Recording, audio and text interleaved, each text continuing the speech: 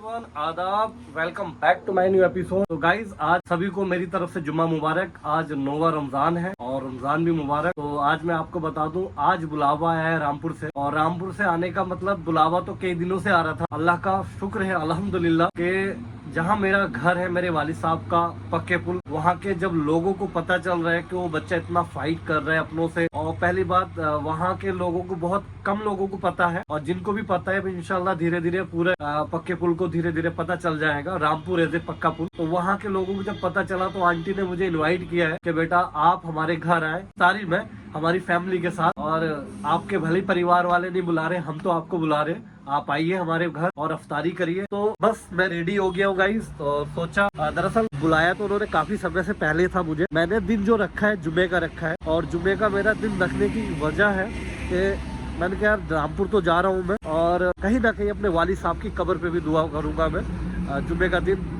बताते हैं बहुत अच्छा माना जाता है अपनी वालिदैन और अपनी वालिद साहब की कब्र पे जाने के लिए। ये दिन बहुत, क्योंकि नमाज पढ़ने के बाद आप अपनी कब्र पे जाएं और अपनी वालिदा और वालिद साहब के लिए दुआ पढ़ें।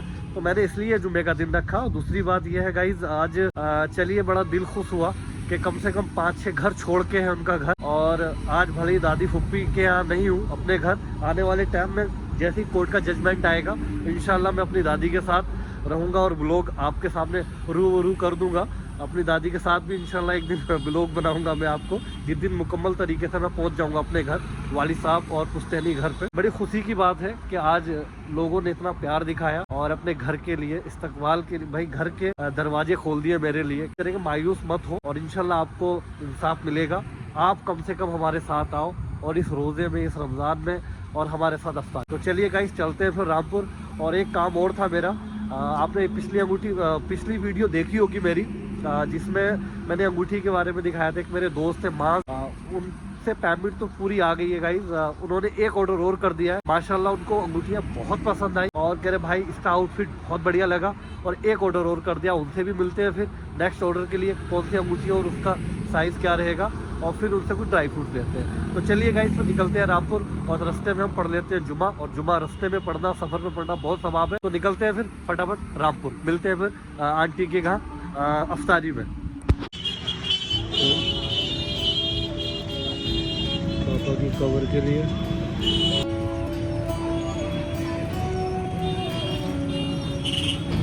ये मार्केट बिल्कुल बगल में है हमारे घर के।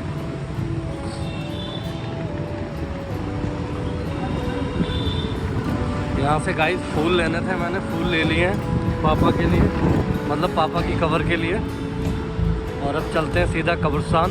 मैं भी हूँ रामपुर में गाइस, रामपुर पहुँच चुका हूँ। सीधा गली है मेरे पापा के घर की तरफ जाती है।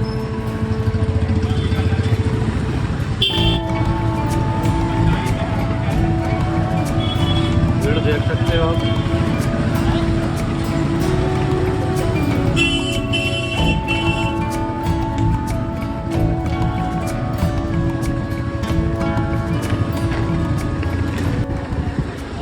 ये है कब्रिस्तान, और जब भी मेरा चक्कर लगता है मैं आ जाता हूँ। चलते हैं।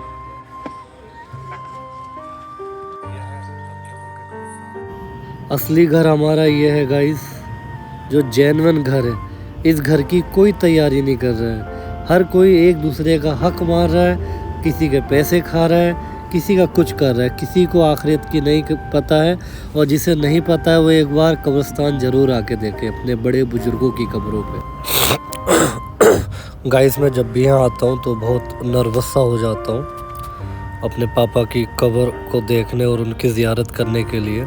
जब भी कभी आया हूँ तो काफ़ी दिल नरम सा हो जाता है, और उनकी याद बहुत ज़्यादा चरम पे आ जाती है।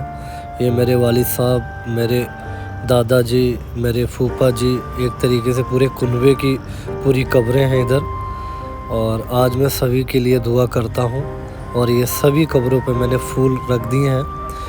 और ये मेरे फूफा जी की है, नजमी खां, और उनसे मुझे बहुत लगाव, बहुत प्यार था। ये मेरे दादाजी की, और यहाँ पापा की है।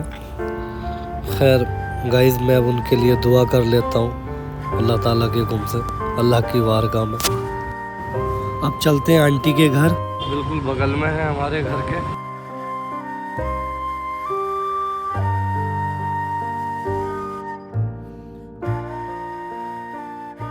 ये पहले मैं खुद ले लूँ। लाओ तो हाँ। ये क्या बनाया आंटी? ये वाला क्या है?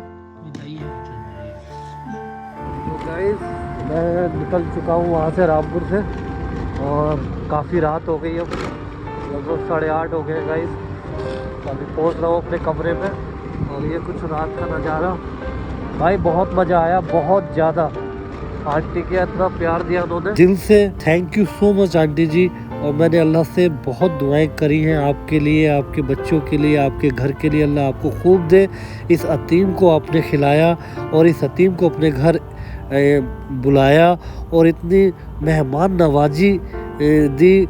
अल्लाह आपको खूब देगा इंशाअल्लाह। क्योंकि गाइज़, ये चीज़ मेरे अपनों को करना चाहिए था, जो कि मेरे पापा के आस पड़ोस के लोग कर रहे हैं मुझसे इतना प्यार। तो गाइज़, मैं बहुत शुक्रगुज़ार हूँ उस मालिक का, बहुत ज़्यादा। और आंटी और अंकल का, उनकी फैमिली का, उन्होंने बिल्कुल भी मुझे एहसास होने नहीं दिया गाइज़ कि मैं कोई गैर बच्चा हूँ। एकदम फैमिली मेम्बर की तरह ट्रीटना, खाने में, पकवान में इतना कुछ रखा, बहुत कुछ। Thank you so much aunty ji, अगर ये वीडियो आप देख रही हो तो। भाई तो रात का सफ़र का मज़ा ही है कुछ अलग। तो गाइज, मैं पहुंच चुका हूँ अभी कमरे पे। चलिए फटाफट कपड़े उपड़े उतार लेते हैं, फिर मैं आपसे बात करता हूँ और तसल्ली से बताऊंगा सारा कुछ। तो चलिए गाइज, चेंज कर लेते हैं अपना गेटअप, कुछ कपड़े उपड़े फटाफट बैग रख देते हैं निकाल के अपना।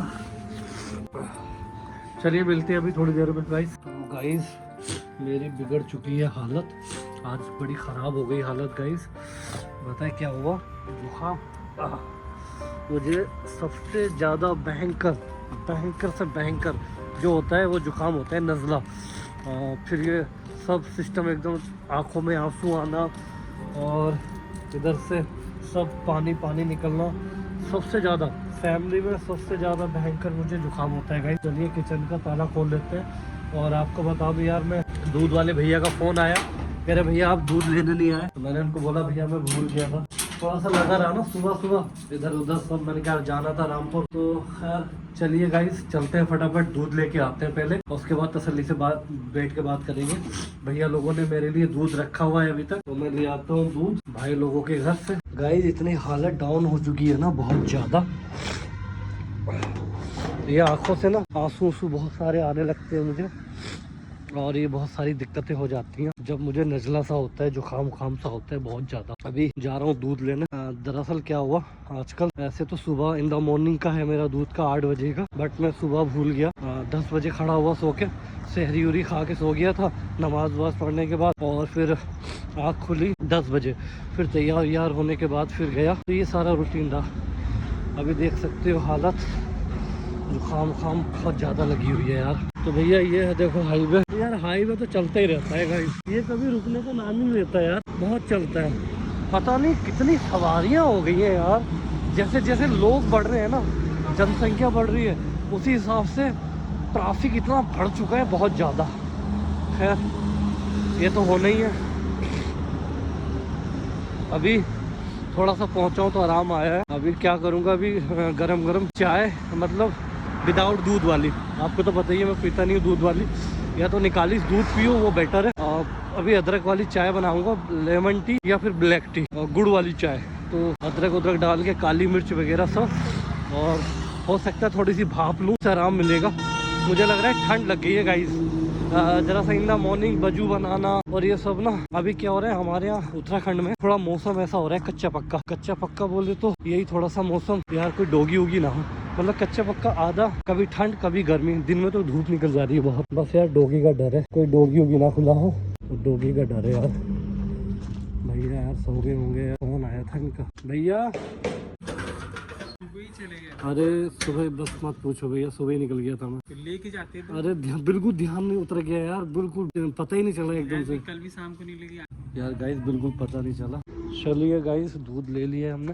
दरअसल क्या है यार, गलती क्या है, मैं थोड़ा सा भूल जा रहा हूँ अभी, बिल्कुल ध्यान ही नहीं था मुझे दूध लेने का यार। चलो अब चलते हैं कमरे पे, उसके बाद बैठ के कुछ चीज़ें आपको बतानी है, बैठ के बात करते हैं वहीं कमरे पे चल के फटाफट। तो गाइस तबीयत ज़्यादा बिगड़ती जा रही है और उससे पहले मैं अपने सारे काम कर लेता हूँ। कोशिश कर रहा हूँ। दूध बनने रख दिया है और मुझे फटाफट आटा छानना है सहरी के लिए। 5-6 रोटी या 2 या 3 रोटी बना लेता हूँ, जितना भी बनती है मुझसे अभी। और सब्जी का देखते हैं अभी क्या कांड होगा।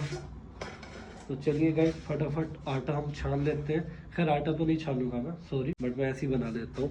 इसको डिब्बे को खोल कर, ये खुल गया डिब्बा और ये है मेरा आटा। देन इसको हमने नाप लेते हैं।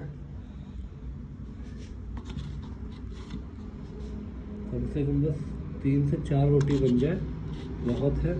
फटाफट ये, और पानी की ज़रूरत पड़ेगी, पानी लेके आते हैं।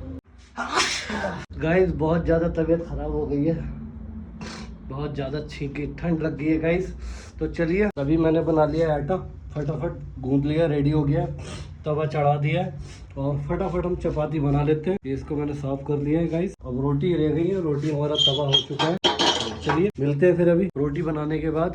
रोटी चपाती मेरी बन चुकी है और चपाती के साथ साथ मैंने बनाया अंडे की आमलेट। ये देखिए गाइस कितनी लाजवाब है। और ये अंडे और आमलेट दरअसल गाइस अब मुझे सहरी में बनाना नहीं पड़ेगा। जैसे भी तबीयत थोड़ी सी ज्यादा डाउन हो गई है मेरी, तो मुझे लगा कि मैं फटाफट अभी बना लेता हूँ, क्योंकि सहरी में फिर हिम्मत नहीं होगी। खैर अब ये रेडी हो गया मेरा खाना और अब मैं सहरी में खा सकता हूँ। और इसके बाद बस वीडियो करते हैं बस यही खत्म गाइस, और फिर मिलते हैं सहरी में या फिर नेक्स्ट ब्लॉग में। और बताना कमेंट करके कैसा लगा मेरा ब्लॉग। तो फिर मिलते हैं गाइस। चलिए फिर मुझे दीजिए इजाजत। अल्लाह हाफिज, सबा खैर, जय हिंद।